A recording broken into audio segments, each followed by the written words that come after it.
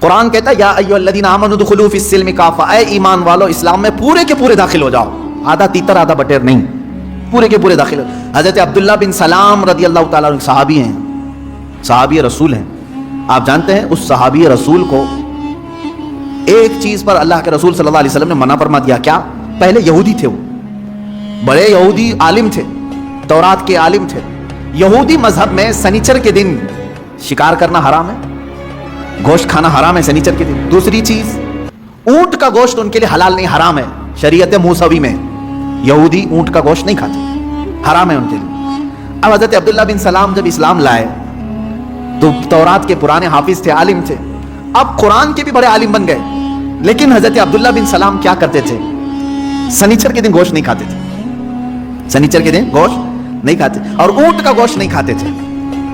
ان کا اپنا اجتہاد تھا، وہ کیا سوچ کر کے کرتے تھے اس طرح سے؟ جب صحابہ نے ان سے پوچھا تو انہوں نے کہا اسلام میں گوشت کھانا واجب تھوڑی نہ ہے، فرض ہے کیا اونٹ کا گوشت کھانا؟ کھاؤ تو ٹھیک ہے، نہیں کھاؤ تو کوئی بات نہیں، کھا لیا تو حلال ہے، واجب تو نہیں ہے، مینڈیٹری تو نہیں ہے۔ حضرت عبداللہ بن سلام نے کہا اسلام میں یہ واجب نہیں ہے اور میں چھوڑ دیتا ہوں، نہیں کھاتا ہوں، تو یہودی مذہب پر بھی عمل ہو جائے گا، اسلام پہ بھی عمل ہو جائے گا۔ سنیچر کے دن گوشت کھانا اسلام میں واجب تھوڑی نہ ہے، واجب نہیں ہے، نہیں کھائے گا تو کچھ فرق نہیں پڑتا، لیکن میں اگر نہیں کھاؤں گا سنیچر کے دن تو دونوں مذہب پر عمل ہو جائے گا، یہودی مذہب پر بھی کہ ان کے مذہب میں سنیچر کے دن گوشت کھانا حرام ہے، اس پر بھی عمل ہو جائے گا، اسلام پہ بھی عمل ہو جائے گا۔ جب انہوں نے ایسا کہا تو اللہ تعالیٰ نے آیت نازل فرما دی، یا ایھا الذین آمنوا ادخلوا فی السلم کافہ، اے ایمان والو اسلام میں پورے کے پورے آ جاؤ۔ آدھا اس پر عمل کرنا، آدھا اس پر عمل کرنا نہیں، بلکہ پورے کے پورے اسلام میں داخل ہو جاؤ۔ تو درمیان کا راستہ نکالنے کی کوشش نہ کریں۔ میں نے بہت گمبھیر مثالیں دی ہیں، ہاں کچھ لوگوں کے لیے وہ حقیقت میں گمبھیر مثالیں ہیں کہ کتا بننے کی کوشش کرتے رہو گے، نہیں بن سکتے، کیونکہ تمہیں 2 پیر دیے ہیں، 2 ہاتھ دیے ہیں، تم ہاتھ سے اٹھا کر کے کھانا کھانے کی فطرت رکھتے ہو۔ لیکن جانور سے پیار ہے، ٹھیک ہے، اچھی بات ہے، کتے سے پیار ہے، اچھی بات ہے، کیونکہ ہم کتوں سے نفرت نہیں کرتے، کسی بھی جانور سے نفرت کرنے کا حکم نہیں دیا گیا ہے سوائے موذی اور نجس۔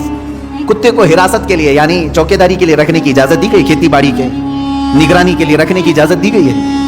ٹھیک ہے تمہارا اپنا معاملہ، جانور یعنی اینیمل لورز آپ ہیں، اگر رہو، لیکن بننے کی کوشش مت کرنا۔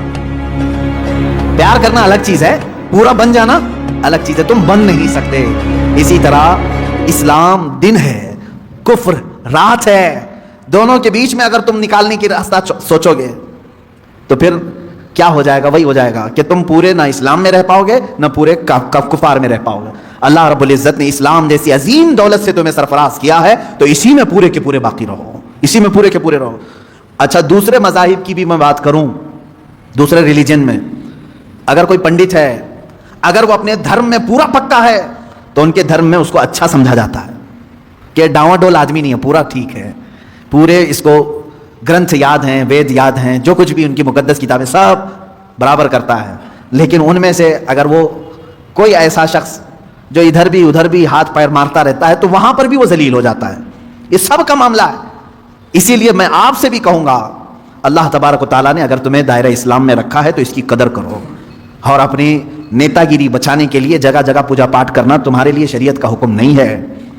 ہاں آپ اگر یہاں ہندوستان میں رہتے ہیں، آپ کے پڑوسی ہندو ہیں، نان مسلم ہیں، تو ہمارے لیے اجازت ہے کہ ان کے دل رکھنے کے لیے آپ ان سے دوستی رکھ سکتے ہیں۔ پڑوسی کے حقوق میں یہاں تک ہے اسلام نے بتایا، اگر وہ غمگین ہے تو اس کے غم کو دور کرنے کی کوشش کرو، اگر اس کے گھر میں کسی چیز کی کمی ہے تو پوری کرو، اگر ان میں کسی کا انتقال ہو جائے، مر جائے، تو تم اس کے ہاں تعزیت کے لیے جا سکتے ہو، اگرچہ دور کھڑے رہو۔ پڑوسیوں کے حقوق میں ہمیں اسلام نے یہ اجازت دی ہے، لیکن میرے عزیزو جہاں تک اسلام نے اجازت دی ہے اتنا کرتے رہو۔ میں نے پھر وہی مثال یاد دلائی، اگر کسی سے محبت ہے تو محبت رکھو، پورا وہ بننے کی کوشش مت کرو، درمیانی راستے میں جانے کی کوشش نہ کرو، تم اپنے اسلام کے ساتھ قائم رہو، تمہاری آئیڈینٹی اسی میں ہے، تمہاری آئیڈینٹی اسی میں ہے۔ ابھی جیسے ایک مسئلہ چھڑا ہے اتر پردیش میں، کسی مسجد میں ہنومان چالیسا کرانے کی بات کی گئی اور ایک کسی امام صاحب نے بلا کر کے اس میں ہنومان چالیسا پڑھایا، اور اس کو کیا کہا جا رہا ہے، سدبھاونا ہے، سب آپس میں محبت کے لیے ہے۔ کیا میں یہ پوچھنا چاہتا ہوں، سدبھاونا ایک طرف سے ہونی چاہیے؟